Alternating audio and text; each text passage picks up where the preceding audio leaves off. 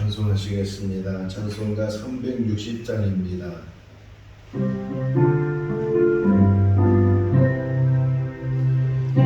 나팔 소리에 주의 보령 나서니 십자가의 군기를 높이 들고 나가세. 선한 삶 다 싸우고 의의 멸류관 받았으리라. 선한 삶 다 싸우고 의의 멸류관 예루살렘 성에서 멸류관 받으리. 저 요단강 건너 우리 삶 마치는 날 의의 멸류관 예루살렘 성에서 악한 마귀 권세를 모두 깨쳐버리고 승리하신 주님과 승전가를 부르세. 선한 삶 다 싸우고 의의 멸류관 받았으리라.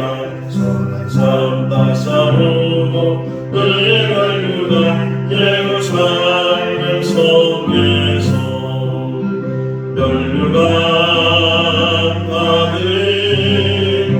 저 요단강 건너 우리 삶 마치는 날 의의 멸류관 예루살렘 성에서 달려갈 길 가가로 싸움 모두 마치고 주와 함께 기쁨을 용사를 얻으리세.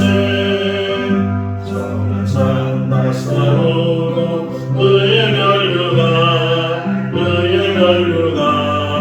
받았으리라. 선한 삶 다 싸우고 의의 멸류관 예루살렘 성에서 멸류관 받으리.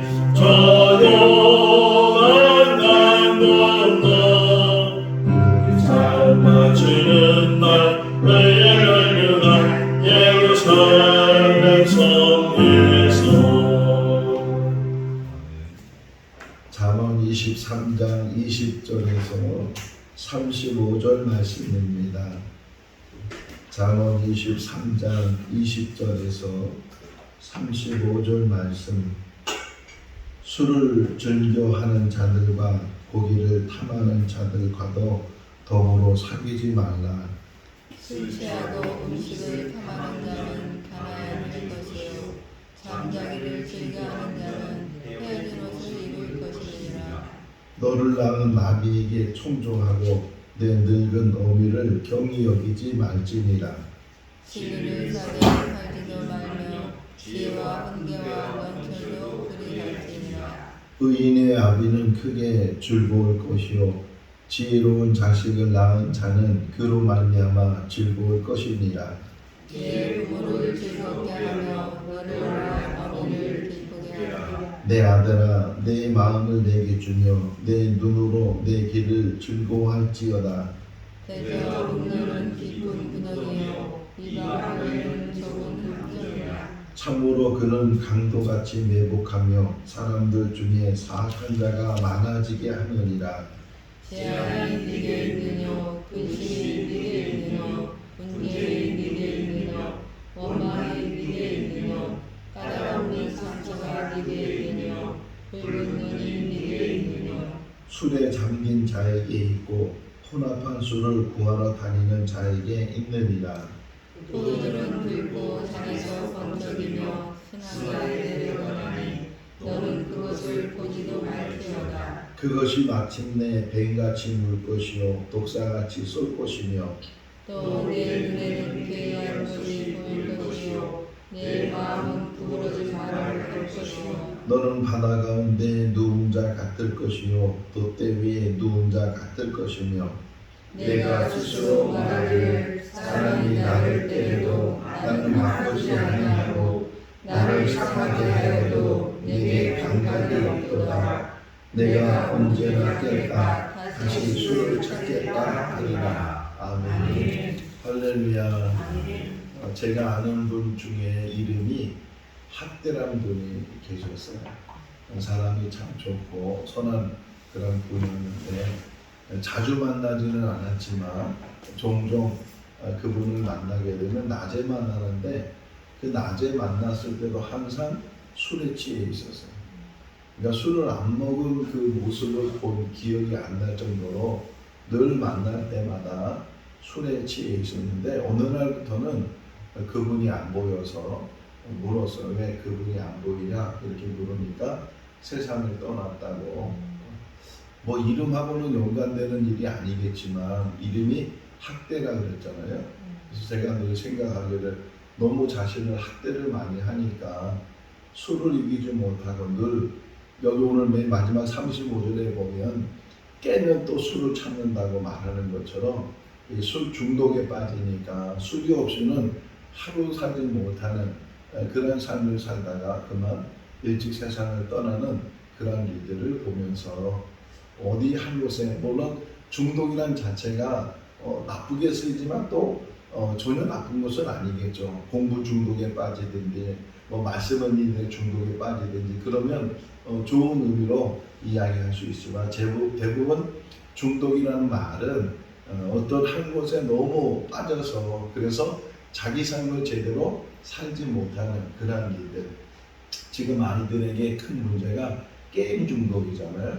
핸드폰 뭐 요즘은 3살 4살만 돼도 이 게임을 벌써 어떻게 알아가지고서 뭐 게임을 그냥 울다가도 그 핸드폰 주면 뚝 꽂히게 되는 꽃감보다 더 무서운 호랑이에 온다고 우는 아이에게 꽃감 준다 그러니까 호랑이가 오는 것보다 뚝 울음을 끝인 것처럼 요즘은 핸드폰 주기만 하면 만사가 다 해결되는 것처럼 그 아이들에게 자꾸만 이게 게임을 물론 게임은 어떤 면에서 쉼을 얻을 수 있고 또 이렇게 두뇌를 이렇게 발달시킬 수 있는 그런 기능도 있지만 거기에 빠지게 되면 공부할 시간도 놓치게 되고 다른 모든 것들을 다 잃어버리게 되는 어른들도 마찬가지죠.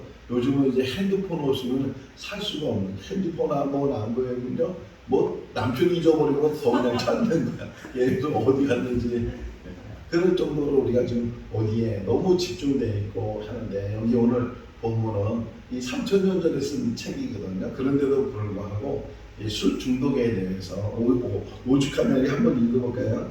20절 술을 즐겨하는 자들과 고기를 탐하는 자들과 더불어 사귀지 말라.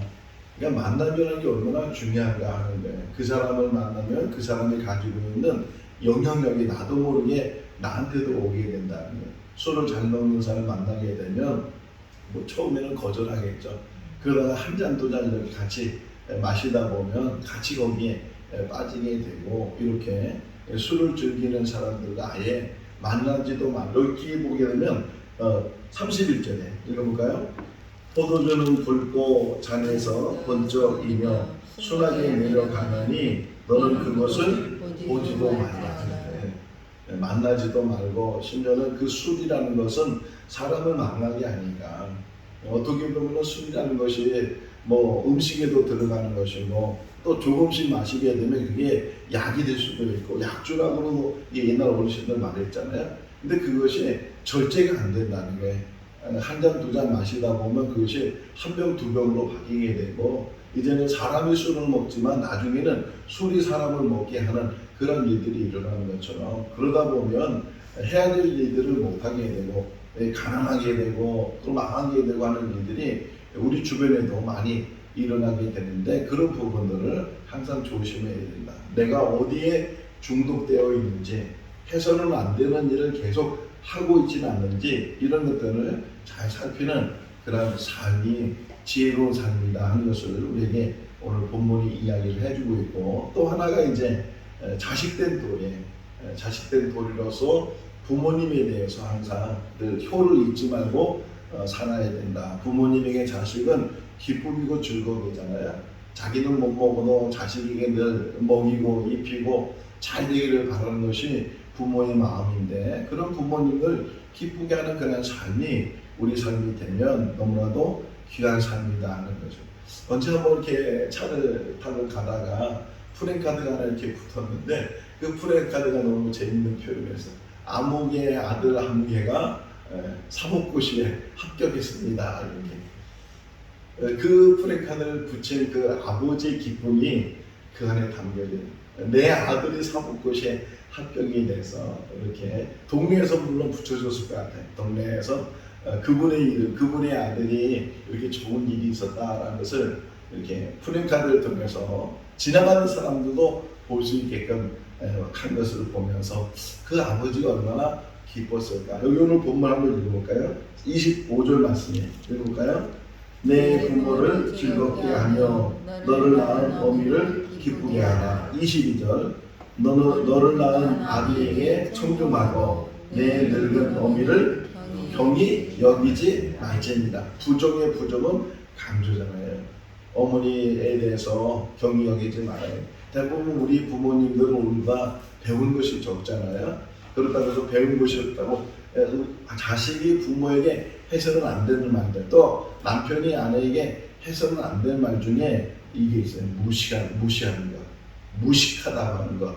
이런 말을 절대로 해서는 안 되는데 그냥 서슴없이 그런 말에 모르는 건 가만히 있으라고 이렇게 부모님한테 자식이 그렇게 말하는 것은 큰 상처를 주는 거예요.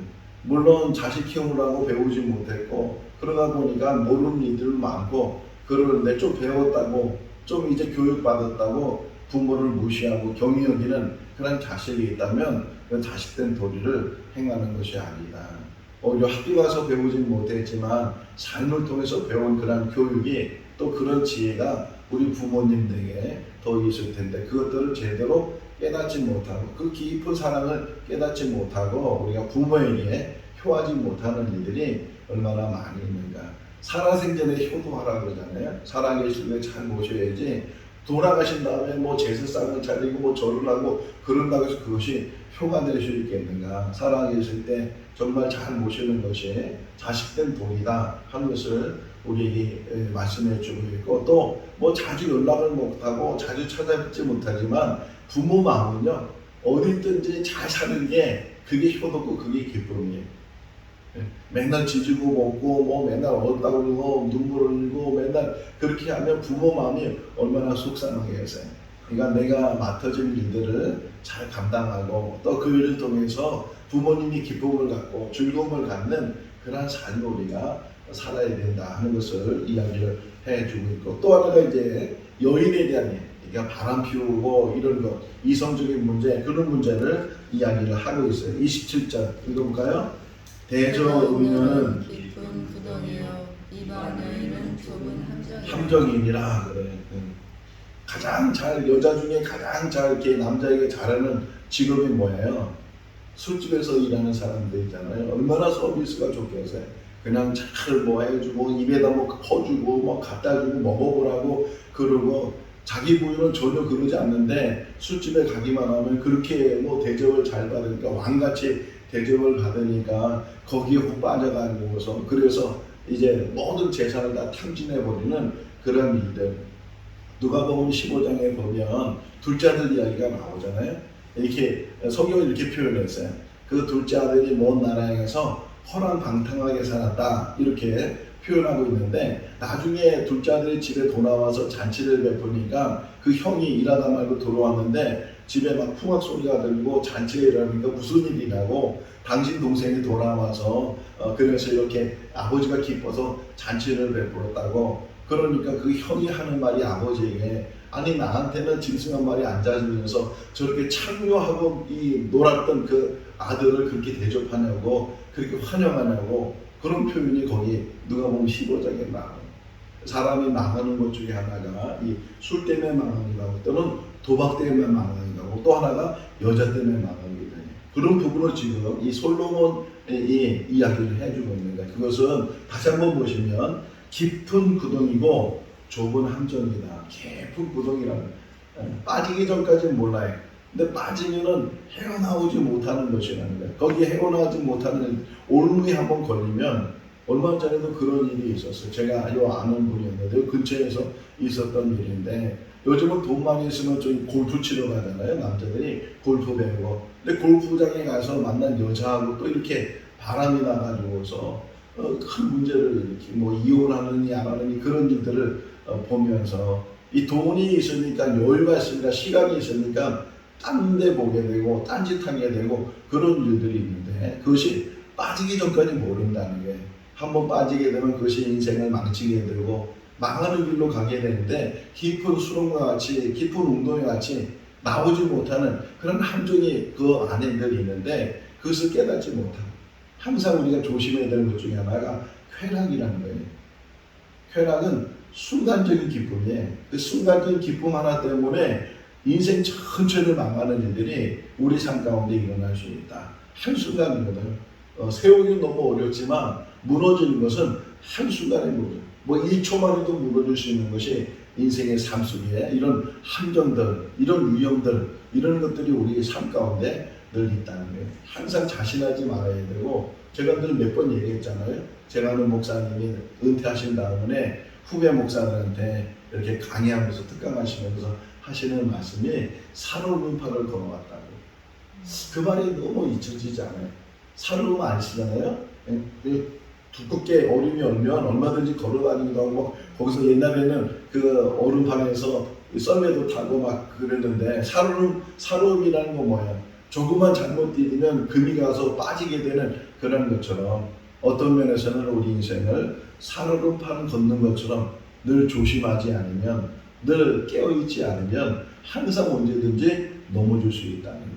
말이나 행동에서도 그렇고 또 이 만남에 대해서도 그렇고 가정 안에서도 그렇고 교회 안에서도 그렇고 또 사회 안에서도 그렇고 항상 내 자신의 처신을 잘 하지 못하면 늘 우리를 넘어뜨리는 유혹하려고 하는 미혹하려고 하는 그런 일들이 항상 일어난다는 거예요.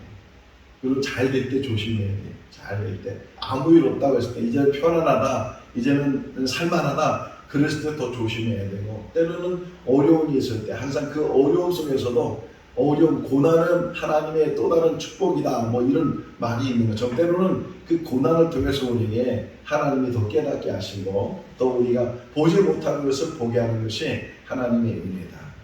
미국에 있는 장로님께서 며칠 전에 카톡으로 문자가 왔어요.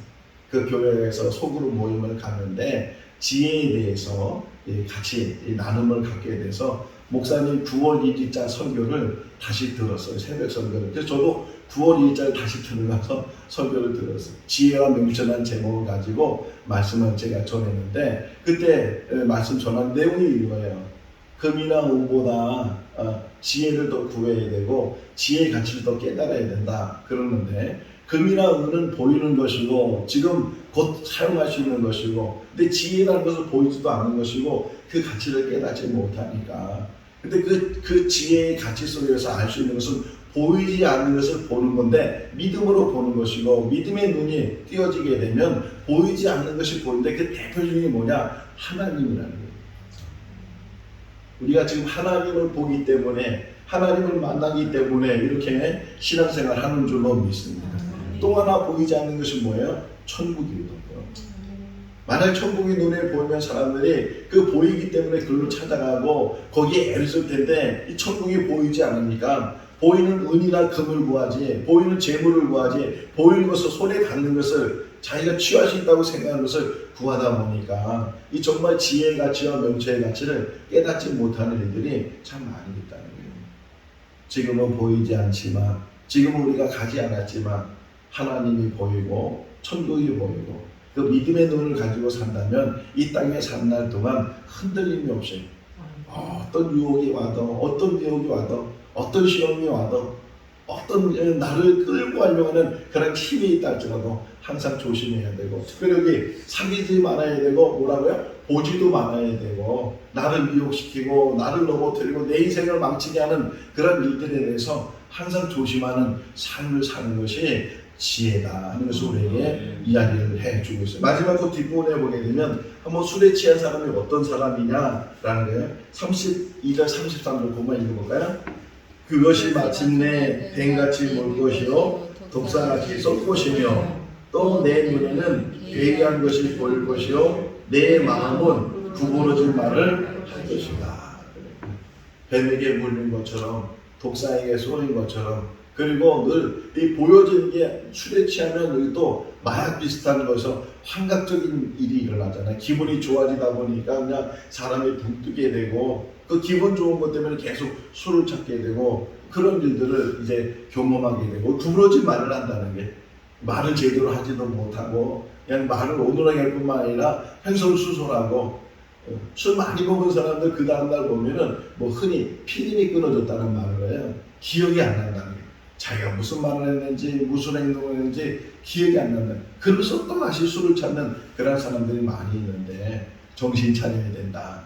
술에 취하지 말고 성령에 취해야 된다. 이렇게 사도 바울이 권면하고 있는 것처럼 지금은 자다가 깼다라고 이 말씀하고 있는 것처럼 우리가 하루하루 살아가면서 믿음 안에서 주님 바라보면서 하루가 금방 지나가더라고요. 오늘도 이렇게 새벽 찬양하면서 오면서 참 세월이 빠르다 그런 말을 했는데 뭐 월요일이지만 또 하다 보면 금방 주말이 되고 또 금방 한 주간이 지나고 또 오다 보면 9월달이 지나되고 금방 세월이 지나가는데 이 빠르게 지는 이 세월 속에서 내가 무엇을 하면 한 번 사는 거잖아요.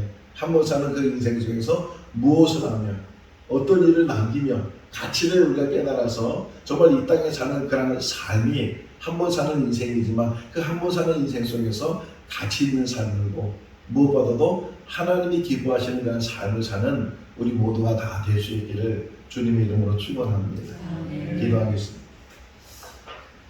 사랑이 많으신 하나님 아버지, 이 땅에 사는 날 동안 믿음으로 살기를 원합니다. 하나님 바라보고 천국 바라보고 영생의 삶을 살기를 원합니다.